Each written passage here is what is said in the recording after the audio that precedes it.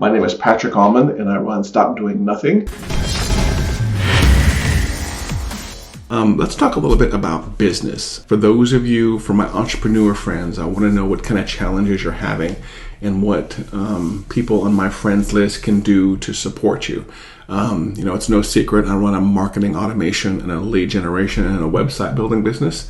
So we deal a lot in things like Infusionsoft and Entreport and WordPress. So I'll just put that out there right now. But I know there are plenty of things that we are not good at in business. So if you are one of those people right now that's basically kind of thinking about dabbling or taking your side hustle to more of a mainstream hustle, let me know and I will find the resources for that also. And I know a lot of people who are specialized in certain areas. And I want to tell you that if you're someone who's ever made something physical that you want to start shipping from home, because you can do that now because we're all on lockdown, setting up something like an e-commerce store in Shopify, or in WooCommerce in WordPress, if that's your thing. That is a really easy thing to do.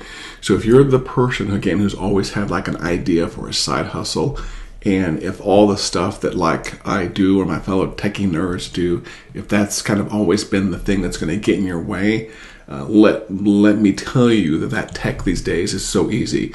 So if I need to find someone to connect you with someone who will solve the tech, I can definitely do that. So let me know about that, and I will connect you with the right person that can solve the tech for you. But for those of you who, maybe there's some risk to your income, now may be a time to look at that side hustle kind of thing. I work more in the thought leader space. So if you're the kind of person who's ever thought about monetizing your knowledge, and this goes a lot with teachers, putting together your own online class, having someone pay for a monthly membership for that, having someone pay for, tutoring or coaching through all that stuff.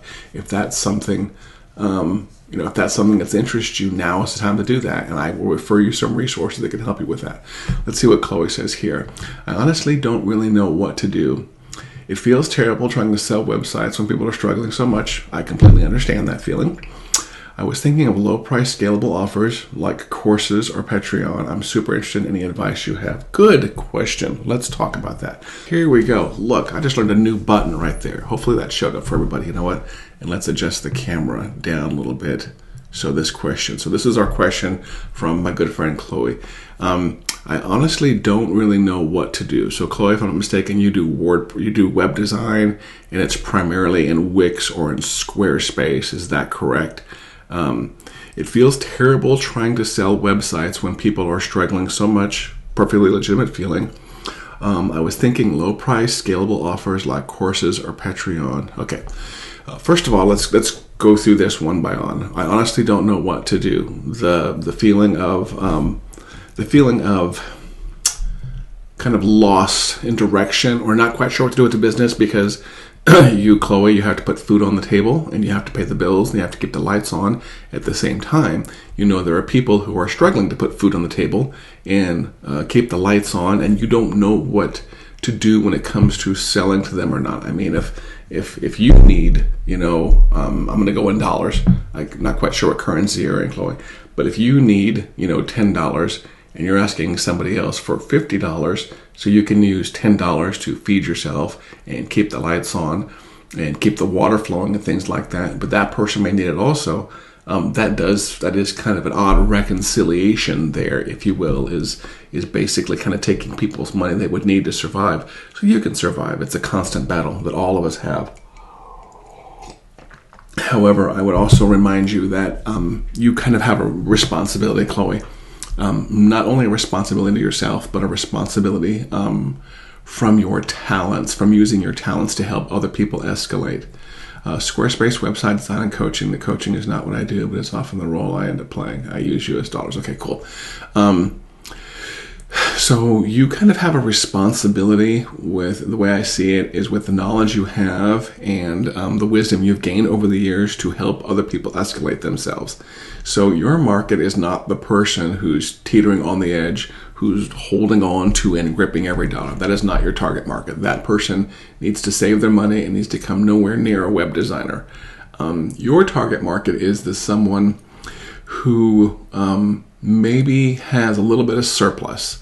not even a little bit of surplus. Let's just say, some disposable money, who basically has, for lack of a better term, let's just say a 9-to-5 job, and they've always thought about starting a side hustle, or they've dipped their toe in it.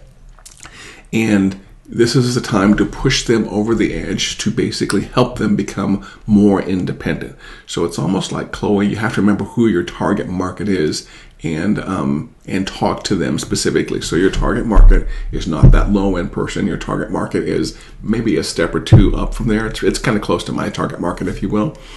I would also maybe encourage you, so let me say, it feels terrible trying to sell websites when people are struggling so much. Yeah, but then again, the money is someplace. Somebody has the money, for lack of a better term. It's not going to be the low-end person. It's going to be the mid to upper mid-level person, if not the high-end person. So it's not like the money has disappeared. It's just all of us are holding on to a lot tighter, and we're being very picky with our choices. So again, it's the target market you want to talk to. You don't want to talk to that struggling person who's maybe unemployed right now. You want to talk to that person who was really tight with their money before, and they're ready to expand, and they're ready to do a lot more with it and basically help provide for themselves, because of their regular, 9-to-5, Monday through Friday job may be high risk right now. I was thinking of low price scalable offers like courses or Patreon. First of all, Patreon, I think that's how you say it. I'm feeling guilty. Yes, and it's always important. And even Chloe, even I have a free Facebook group I give advice in. So there's nothing wrong with, having a place where you give free advice in, but at the same time, you want to charge well for the work that you're doing. I was thinking about low price scalable offers like courses or Patreon. First of all, you and I both know, Chloe, that you should have had that a long time ago, so please get on that. Courses are easy, evergreen income. You record 10, 20 videos. You put those in a membership site. You charge somebody $49 or $97, whatever you want to, for the course. And it's evergreen money. It's almost like that one and done thing, and it's a good add-on forever coaching. Patreon, I'm not a big fan of, just because it's like super low cost. Like, correct me if I'm wrong, I think with Patreon, somebody can give you like $5 or $10 and you give them a shout out. I think I might have actually signed up for a Patreon account at one point. I'm not quite sure. I was just never really a huge fan of that business model, because it feels just so low end to me, for people paying for shout outs, if you will. However, here's the thing, Chloe, here's the advantage that you have that I don't have. Number one, you're a woman, so you may do better in that market, and also you have a very unique. You can't be very unique. That's one thing I learned from Jed Bartlett. You can't have something that's very unique. You have a unique accent. You're from a country that a lot of people are jealous of, or they idolize, if you will. So your target market may be someone in the U.S. who wants maybe like a shout out with your unique voice. I think Patreon though also has like a monthly business model, so that's the one I think you're talking about right there. That to me is just, I just don't like the idea of going through somebody else's software like that, where you're like in a market. That's something else about those services like Patreon is you're in a giant market with celebs and with a bunch of other people. So when someone's going to go there shop for that stuff, how are they going to find you? How are you going to stand out if Bono, if Bono's doing shout outs, or if Madonna's doing shout outs, or if a second-rate 20, 30, 50-year-old movie star who people love is doing shout outs. So to me, Patreon kind of puts you in the same marketplace with everybody else. It kind of levels you and lowers your visibility. The coaching one, I'm a huge fan of that. Please keep that up, especially maybe some different coaching levels or some masterminds to teach people to do what you do. That's an excellent idea. Recurring income. I don't know what platform you use, Chloe, and I'd be interested. I myself am a fan of Entreport and Infusionsoft.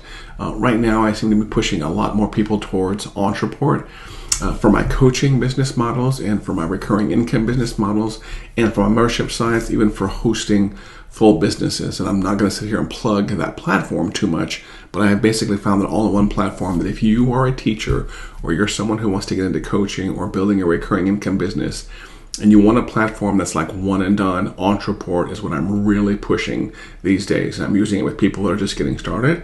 I'm using it with people that are making, hitting close to $1 million a month. The platform is just amazing. ONTRAPROT, and I'll post a link when the chat is done for people to see that. So. Low price, just be careful about the low price. I mean, it's oftentimes, I think that when we're tight on money, we really think about going low price on things, or we really think about scaling back, or maybe I'll just keep it low price for now. Squarespace, okay, whatever works. You know me, I'm pretty much platform agnostic, just get paid. We're oftentimes tempted to give away things for free, or go really low price for now, or, oh, hey, I'll cut my coaching price in half for the time being. I think there is a time and place for that. However, you have to remember that you need to put food on the table just like somebody else needs to put food on the table. And so whenever I give pricing advice, for example, for somebody that wants to sell something, I actually lean more towards the heavier side or the upper end of pricing. It makes you stand out a little bit more. It allows you to offer a little bit more, if you will, a little bit more when it comes to value. I mean, think about that. When you go shopping for something online, you go shopping for a course, and let's say a WordPress course. You go shopping for not a WordPress course, Facebook ad course, because I do a lot of Facebook ads. Let's say you go shopping for a Facebook ads course, and you find a course that's like $27. That is maybe a great quality course, or maybe even $9. Those really low ends are the ones that really give me. You ever seen those Facebook ads where someone's like, I've got $7,000 worth of value in this Facebook course, and this week only I'm going to sell it for $9. Whenever I see stuff like that, I absolutely run away, because if you if you really have $7,000 of value, you will never ever give it away for $9. I'm sorry. So when I just really get apprehensive when I see people that want to go, towards the low end. I've got some coaching clients that have come, have suggested that before. Is maybe we don't want to do a $297 course or a $497 course. Maybe we want to do it like $7 for now, and then we'll boost it up to $27 later, and then we'll boost it up to $37 later. No. If you have a really good offering and you're a person who's coaching or teaching other people, be very proud of what you charge. And I'm not going to say you want to make people squirm a little bit, but you want to make people think you're serious when it comes to your service offering. I even have to admit, last week I put my offer out to someone that actually reached out to me, and I gave them the investment for using me. And I got a little bit of pushback, which was kind of surprising, because the person's in a very high value space, and the work that I would do would basically help them scale up faster, and it would help them scale up, number one, and it would help them do it faster than they were doing it on their own. So it was just very kind of surprising. So you have to kind of change this mindset that people are almost like your course that you're offering will basically multiply someone's income faster. So for example, when someone's thinking about investing, in a course with me, let's say it's a $3,000 course, and I always try to go off the value proposition. Like, when you take this $3,000 course from me, or this $1,000 course, or this $97 course, whatever it is, the knowledge you will gain from that will be exponentially. I don't know if that would be geometric or algebraic. My teacher friends are going to have to chime in here. But the value you get from that will be exponentially higher than what you are paying for. So Chloe, what you have to realize is that when you are offering something for $100, you just have to make sure that thing will basically help that person make $1,000 or $2,000 or $3,000. And once I start having that mindset of the thing that I offer for sale will drastically multiply, just be really, really careful about going low in price. Chris and Phil, I actually love your comments on her question right here on the screen we're kind of covering.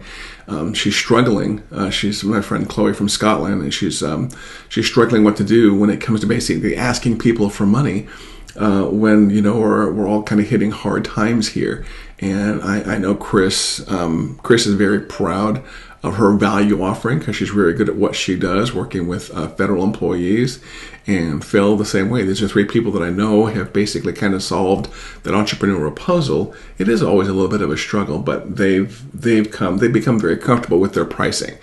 And I can guarantee you, neither one of these two friends sell anything for $4 or $9 or $7 or $17, just because it comes with experience. And Chloe, I'm going to tell you that you had a comment up here, Chloe. I was going to read. I 100%, here we go. We're going to add this to the broadcast. It's definitely is a mindset thing. Okay. Yeah, everyone, by the way, real quick, Phil popped his connection information right over there in the comments, so make sure you go follow him. It definitely is a mindset thing. I 100% have a poor person's mindset. Yeah, maybe you could call it a poor person's mindset. I might think of it more along the lines of you haven't yet learned how to express your value. You, as a business owner, you kind of have to have a different mindset than a person who with a checkbook. As a business owner who brings value to the market, you have to have more of the mindset of I charge X and but my X that I charge will basically bring back X times 100 value to someone's life right there. And it's important to recognize that the people that are prime for your services are those people that, again, are on the edge.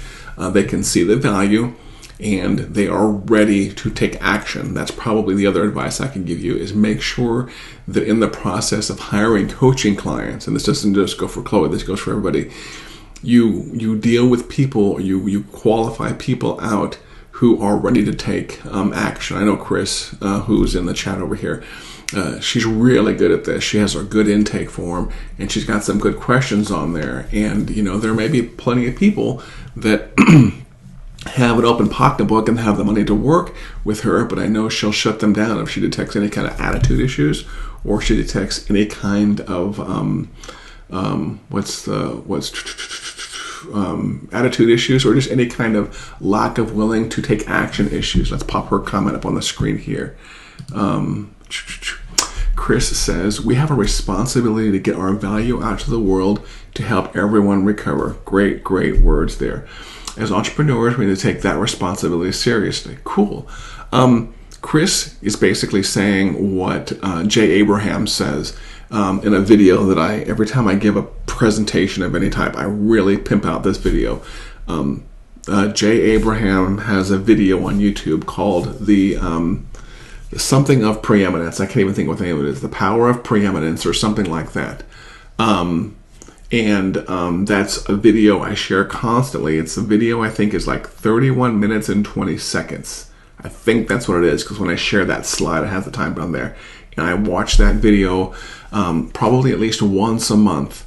And out of all the things Jay Abraham says, he basically makes it seem like no matter what service offering you're in, you have like the responsibility, the fiduciary responsibility of like an accountant or a lawyer or whatever it is, to give someone your absolute best and provide your absolute best value, no matter what it is, whether you're a website designer or you do marketing automation like my agency does, or you're building, websites. You always have the responsibility to, number one, give someone your best, but also to basically teach them, in my opinion, how to become more independent, how to become self-sufficient, and how to use the value that power of preeminence. Thank you. It was the power of preeminence. Right there. I'll put that up there for Phil. I saw your comment, Chris. I know how you roll. Power of preeminence. And Phil, can you do me a favor, because I'm not in a browser right now. Can you post a link to that video? I think it's the 31-minute and 20-second version on YouTube, brother. Can you do me a favor and post a link to that YouTube video in the comments here for people to read it? That, I've read a lot of good business advice over the years. I've talked to a lot of really smart people. And for some reason, this video has just really struck a chord with me. And so no matter what kind of presentation I'm giving, whether it's I'm coaching someone or I'm talking about website design or I'm talking about marketing automation, I really encourage people to watch this video, because that mindset issue that you were having, this is something that will kind of change that mindset. I don't think you have a poor person's mindset. I think you are a person who is having problem recognizing the value of the service offering that you have mindset. And that's different, Chloe. That's different than a poor person's mindset. I don't believe you have a poor person's mindset. That's just my opinion. I think it's kind of a different business mindset. And let's see, what is create? Okay, here we go. Power of preeminence. So Phil posted that link right there. You guys, please go watch that video. If you missed it, it's right there. You guys you're not going to type that out. You're going to click on that. And let's again cover. This is for those of you that missed this from my good advice from my friend Chris Kowalik. This is, I think, something in her checkoff sheet right here. No assholes when it comes to working with people. And I mean, if you're a person who's uncomfortable with adult language, that may seem like somewhat severe to you. Well, let's not call them assholes. Let's call them something else. Let's call them challenging people. No, you know what? I'm an adult. I'm over the age of 25. If someone's an asshole, I can call them an asshole. If I choose not to work with someone because they're an asshole, you know what? That's what it is. Now, we're not going to call people assholes to their face. Come on. Yes, I love my shirt. We're not going to call people assholes to their face, but you know what? Internally, you can use that word.